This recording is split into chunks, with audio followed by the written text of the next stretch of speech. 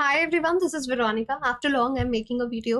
कुछ personal reasons की वजह से काफ़ी टाइम से मैं लेक्चर नहीं ले पाई, but now we are back. Everyday आपका लेक्चर आएगा. क्लाइमेट चेंज एंड सब्सिडीज एक टॉपिक मैंने छांट के रखा था जो कि बहुत इंपॉर्टेंट है. मेंस भी आ रहा है जैसे, तो मेंस के लिए भी ये टॉपिक इंपॉर्टेंट है एंड अदरवाइज भी जो बच्चे आगे अटेम्प्ट करेंगे. You can connect with me on any social media जहाँ पे आपको ठीक लगे, because I feel together we can make a huge difference. So if you see, ये टॉपिक मैंने यहाँ से लिया डाउन टू अर्थ में. अगर आप देखेंगे एक आर्टिकल था, subsidies don't help fight climate change, world bank report. तो अब एक वर्ल्ड बैंक का एक रिपोर्ट आया है जहां पे उन्होंने कहा कि सब्सिडीज, अगर आपको क्लाइमेट चेंज से लड़ना है, आप वैसे ही देखिए क्लाइमेट चेंज इस टाइम दिल्ली, पंजाब, उत्तराखंड, हिमाचल, कितना बुरा हाल हो रखा है. क्लाइमेट चेंज का ही नतीजा है ये सब.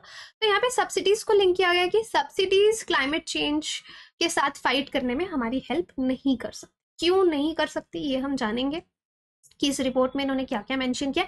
ऑलरेडी भी आप देखेंगे, आई थिंक लास्ट मेंस में सब्सिडीज पे एक सवाल था. So it is an important topic to understand कि सब्सिडी क्या होती है. सिलेबस में GS 3 में ये टॉपिक आपका आता है. इन्वायरमेंट पोल्यूशन, क्लाइमेट चेंज हो रहा है, ये सब, और ये issues related to direct indirect farm subsidies और MSP की बात. क्योंकि आप देखें कि वर्ल्ड लीडर्स जो हैं वो हमेशा इंडिया को कहीं ना कहीं सब्सिडी वाले पार्ट में बहुत ज़्यादा क्रिटिसाइज भी करते हैं. वर्ल्ड ट्रेड ऑर्गेनाइजेशन की भी अगर आप बात करो, सब्सिडी को लेकर इंडिया के साथ उनको बहुत प्रॉब्लम होती है. तो सब्सिडी क्या होती है? जब गवर्नमेंट हेल्प करती है हमको कुछ चीज़ लेने में, उसमें छूट दे देती है, कुछ पैसा गवर्नमेंट देगी, कुछ पैसा आप दो, तो एक तरह से गवर्नमेंट की तरफ से मॉनेटरी हेल्प मिल जाती है सब्सिडीज में. कई बार डायरेक्ट इनडायरेक्ट दोनों तरह की हेल्प्स होती हैं. तो इंपॉर्टेंस बहुत है मेंस में इसका. Impact of subsidies, challenges related to subsidies, positive and negative of subsidies, recommendations of study. तो ये पूरा हम जानेंगे. देखिए, मेरा कोई भी लेक्चर ऐसे जल्दबाजी में नहीं होता. आई कीप टेलिंग यू कि प्रीलिम्स में कहाँ पे इंपॉर्टेंट है, मेंस में कहाँ इंपॉर्टेंट है. ये आपको बाइफरकेट करने में हेल्प करेगा, एग्जाम के पैटर्न को समझने में हेल्प करेगा कि ये टॉपिक का एग्जाम्पल, इसको यूज आप किस तरह के एसेज, किस तरह के टॉपिक्स में कर सकते हैं. Now look at the context. तो रिपोर्ट को रिलीज किया है वर्ल्ड बैंक ने, और इन्होंने बताया कि ये जो सब्सिडी का सिस्टम है अलग अलग देशों में, जो एग्रीकल्चर पे, फिशिंग पे, फॉसिल फ्यूल सेक्टर्स में सब्सिडी दी जा रही है, उसके रिजल्ट्स अच्छे नहीं होंगे. चाहे आप डायरेक्ट सब्सिडी दे रहे हैं या इनडायरेक्ट दे रहे हैं जिसमें बहुत सारा पैसा स्पेंड किया जा रहा है, इससे क्लाइमेट चेंज हो रहा है, आप क्लाइमेट चेंज से फाइट नहीं कर पाएंगे. मेजर हाइलाइट्स इस रिपोर्ट के क्या हैं? The detox development, repurposing environmentally harmful subsidies report. तो ये कह रहे हैं कि जो सब सब्सिडीज हैं आप दे रहे हैं ऑलरेडी, इन्वायरमेंट को नुकसान कर रही हैं, उनको आप रीपर्पज कीजिए, यूज कीजिए, वो पैसा सब्सिडी दीजिए, लेकिन एक नए तरीके से दीजिए ताकि इन्वायरमेंट को नुकसान ना हो. तो इस तरह की रिपोर्ट इन्होंने छापी है कि वर्ल्ड के जो एसेट्स हैं, नेचुरल रिसोर्सेज हैं, नेचुरल रिसोर्सेज में बात की गई है एयर की, लैंड की, ओशंस की. ये जो नेचुरल एसेट्स हैं हम इनको सेफ रख सके. ये जो एसेट्स हैं क्योंकि किसके लिए इंपॉर्टेंट है? ह्यूमन हेल्थ के लिए इंपॉर्टेंट है, न्यूट्रिशन के लिए इंपॉर्टेंट है, और हमारी पूरी की पूरी ग्लोबल इकोनॉमी आफ्टर ऑल इन्हीं एसेट्स पे तो चलती है, राइट? सो ये जो एसेट्स हैं ये ह्यूमन हेल्थ के लिए और ग्लोबल इकोनॉमी, न्यूट्रिशन, जैसे मैंने कहा, इनके लिए बहुत इंपॉर्टेंट है. और जो अभी मॉडल सब्सिडीज का चल रहा है कि आप फॉसिल फ्यूल पे सब्सिडी दे रहे हैं, और फॉसिल फ्यूल्स क्या करेंगे? एयर पोल्यूशन करेंगे. एग्रीकल्चर पे दे रहे हो आप, एग्रीकल्चर में फर्टिलाइजर्स पे देते हो, तो फर्टिलाइजर्स क्या करेंगे? सॉइल पोल्यूशन करेंगे. अल्टीमेटली अगर नाइट्रोजन का कंटेंट ज़्यादा होगा वो जाके पानी में मिलेगा, और फिर क्या होगा? यूट्रोफिकेशन होगी. तो इन्वायरमेंट अल्टीमेटली आपका इम्पैक्ट हो रहा है. फिशरीज के साथ भी ऐसा होता है, ओवर फिशिंग होने लग जाती है, जिससे लोगों को, प्लानट को, इकोनॉमी को नुकसान होगा. तो ये एक क्रक्स मिल गया आपको किस रिपोर्ट में, किस चीज़ को क्रिटिसाइज किया गया है. इस रिपोर्ट में इन्होंने कुछ डेटा भी दिया. अगर आप याद रख पाएं कि सब्सिडीज 3 सेक्टर्स में $7 ट्रिलियन को भी एक्सीड कर रही है, इससे भी ज़्यादा है, जिसमें to 8%, $7 trillion which amounted to 8% of global gross domestic product. GDP की बात करें तो 8% GDP का ग्रॉस, ग्लोबल GDP की बात की जा रही है, 8% सब्सिडीज का आता है. $7 ट्रिलियन. एक्सप्लिसिट, इम्प्लिसिट सब्सिडीज दोनों हैं, जिससे बर्डन जो है ग्लोबल इकोनॉमी पे वो इंक्रीज हो रहा है. अब ये जो ऑथर्स हैं इसके, इन्होंने कहीं ना कहीं क्लेम किया है कि जो सब्सिडीज हैं इन्वायरमेंट पे, कि हम ग्लोबल इकोनॉमी के बर्डन की तो बात करें कि ग्लोबल इकोनॉमी में बर्डन पड़ रहा है, इतनी हेल्पफुल नहीं है, इनको रीपर्पस किया जा सकता है, लेकिन सबसे ज्यादा ध्यान खींचने वाली बात है कि जो इन्होंने इन्वायरमेंट का एंगल यहाँ पे डाला है कि इन्वायरमेंट को बहुत नुकसान हो रहा है। तो आई होप ये चीज आपको समझ में आ गई होगी कि 3 सेक्टर्स की बात की गई और 3 सेक्टर से इन्वायरमेंट को आपको कैसे लिंक करना है, फॉसिल फ्यूल को कैसे करना है, एग्रीकल्चर को कैसे करना है, फिशिंग को कैसे करना है।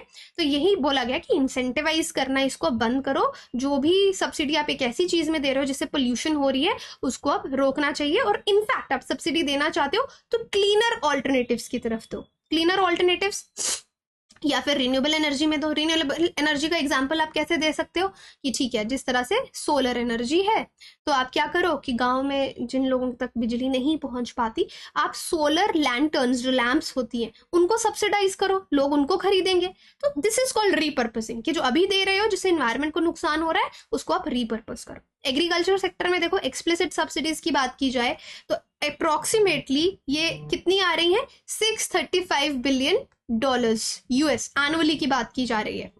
सो इससे दूसरी बात ये बोलते हैं कि आप एग्रीकल्चर में सब्सिडी दे रहे हो, फाइन, नुकसान हो रहा है, यस। तो यहाँ पे दूसरी चीज क्या बोलेगी कि ये जो सब्सिडीज हैं, यहाँ पे जो वेल्दी फार्मर्स हैं इनको बहुत ज्यादा फायदा होता है, जो एक्चुअली आप जिन फार्मर्स तक ये सब्सिडी पहुंचाना चाहते हैं उनको कुछ खास बेनिफिट नहीं होता। तो अगर आप इनको हटा भी देंगे तो कुछ खास फर्क नहीं पड़ेगा।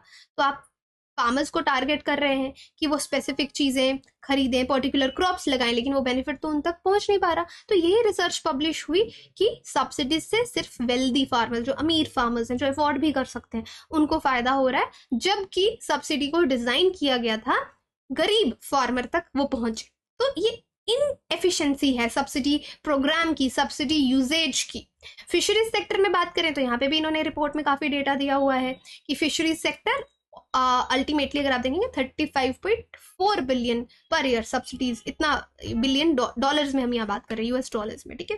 तो इतना सब्सिडी पर ईयर जा रहा है, और फिशरीज अगर प्रॉपर्ली मैनेज नहीं करोगे, ओवर फिशिंग होगी, आपका इकोसिस्टम कोलैप्स करेगा, क्योंकि पूरा जो फूड चेन है वो खराब हो जाएगा। सब्सिडी का बर्डन, फैक्ट शीट देखिए अगर याद रख पाए, एग्रीकल्चर क्रॉप्स ग्रोथ स्पेसिफिक, एक तो एग्रीकल्चर में सब्सिडी स्पेसिफिक क्रॉप्स के लिए दी जाती है, एक्सप्लिसिट इनपुट सब्सिडीज दी जाती हैं, $635 billion to $1 trillion per year. Fisheries में, फॉसिल्स में आप ये डेटा जो है इसको नोट डाउन कर सकते हो, $4 बिलियन to $577 बिलियन एनुअली हम बात करें। तो इंडिया के अगर ये ग्लोबल डेटा है, यहाँ पे आपको इंडिया का डेटा दिखेगा। इंडिया फर्टिलाइजर सब्सिडी में कितने करोड़ रुपए आपके जा रहे हैं, 2022-23 लेटेस्ट डेटा है। फॉसिल फ्यूल में 60,316 करोड़ रुपीज, और ये करोड़ में हम बात कर रहे हैं। Fishing subsidy, right. तो this is a fact sheet, इसको याद रखेंगे तो बेटर है, क्योंकि कहीं ना कहीं आपको काम आएगा। तो ऑब्वियसली देयर आर कंसर्न्स जिन पे हम ऑलरेडी बात कर रहे हैं, क्योंकि पोल्यूशन हो रहा है, और पोल्यूशन हो रहा है तो लोगों की हेल्थ पे असर पड़ रहा है, प्री मैच्योर डेथ्स हो रही हैं, 7 मिलियन लोगों की प्री मैच्योर डेथ्स हो गई हैं। ओवर फिशिंग होगा तो एग्रीकल्चर प्रॉब्लम्स होंगी, लॉस ऑफ बायोडाइवर्सिटी होगा, और फूड सिक्योरिटी को भी थ्रेट हो जाएगी। सो ये डिमांड्स को हमको बैलेंस करना। तो इस रिपोर्ट के एंड में कुछ रिकमेंडेशंस दी गई है कि जो भी प्रॉब्लम्स हमने अभी तक कंसर्न्स डिस्कस किए, क्या रिकमेंडेशंस हैं कि भाई आप ग्रीन इकोनॉमी की तरफ जाओ, है ना, रिन्यूएबल एनर्जी सेक्टर में रीपर्पस करो सब्सिडी को, लोगों को एक बेहतर लाइफ मिलेगी। Clean energy is very important to mention इसमें रिकमेंडेशंस में। ट्रांसफर ऑफ एनर्जी टेक्नोलॉजी, जिन देशों के पास टेक्नोलॉजी नहीं है उनको टेक्नोलॉजी दो, क्योंकि तभी तो वो बाकी चीजें कर रहे हैं जिससे पोल्यूशन हो रहा है, क्योंकि they don't have sufficient technology. उनको रिलेटेड इन्फॉर्मेशन प्रोवाइड की जाए, ग्रीन इकोनॉमी का कैपेसिटी इंक्रीज करने में हेल्प किया जाए, और बिहेवियर चेंज भी लोगों में लानी पड़ेगी थ्रू वेरियस अवेयरनेस कैंपेन्स। तो ये कुछ रिकमेंडेशंस है। और कोई रिकमेंडेशंस आप देना चाहते हैं तो जरूर बताइए। अब कुछ देशों की यहाँ पे बात की गई है जिन्होंने सब्सिडीज हटाया, उनके क्या पॉजिटिव इम्पैक्ट हुए। देखिए लोगों को ज्यादा फर्क नहीं पड़ेगा, क्योंकि हमने टारगेट किया जैसे एग्रीकल्चर सब्सिडी है गरीब लोगों तक पहुंचे, वहां तक नहीं पहुंच रही। This is a research data जो वर्ल्ड बैंक ये वर्ल्ड इस रिपोर्ट में आपका मेंशन किया गया है, वेल्दियर फार्मर्स तक पहुंच रही है, तो लोगों को नुकसान नहीं होगा। जैसे मालावी, टंजानिया का एग्जाम्पल इन्होंने यहाँ पे दिया है, और ग्रीन इकोनॉमी आप प्रमोट करो, ताकि उससे लोगों की हेल्थ, एजुकेशन, एम्प्लॉयमेंट, उस पर आप फोकस कर पाएंगे। यहाँ से सब्सिडी, इतना पैसा जो आपका सब्सिडी में जा रहा है, उस सब्सिडी को अपने हेल्थ सेक्टर में लगाओ, अपने एजुकेशन सेक्टर में लगाओ, और उससे लोगों को एम्प्लॉयमेंट मिलेगी, लिविंग कंडीशंस उनकी इंप्रूव होंगी, पोल्यूशन भी आपका चेक में रहेगा। और देखो, फॉसिल फ्यूल का प्राइस अगर इंक्रीज होगा तो क्या होगा, लोग कम खरीदेंगे, कम यूज कर पाएंगे, पोल्यूशन भी अल्टीमेटली आपका नीचे आएगा। This is what they have suggested, right. तो इस तरीके से आप इसको देख सकते हैं। क्वेश्चन मैंने आपको दिया मेंस आंसर राइटिंग का, इसको आप मुझे टेलीग्राम पे आंसर सेंड कर सकते हो, और एक दूसरे का आंसर भी ग्रुप में चेक कर सकते हो कि किस स्टूडेंट ने कैसा लिखा है। Provide a detailed account of government subsidies and their relationship with climate change, highlighting specific examples and their environmental consequences. क्योंकि अगर अभी तक हम मेंस में बात करते थे सब्सिडी की, तो कहीं ना कहीं इकोनॉमिक एंगल से ही करते थे। अब यहाँ पे एक इन्वायरमेंटल एंगल डाल दिया गया है, तो उसको आप कितनी सब्सिडीज को इन्वायरमेंट से कनेक्ट कर सकते हैं, मुझे लिख के जरूर बताओ। So there is a quote for you, push yourself because no one else is going to do it for you. Obviously खुद को आगे, मोटिवेशन हमेशा आपके साथ नहीं रहेगी, आगे बढ़ने के लिए खुद को खुद ही मोटिवेट करना पड़ेगा, कोई और आपके लिए नहीं कर पाएगा। ठीक है, thank you so much, see you in the next lecture.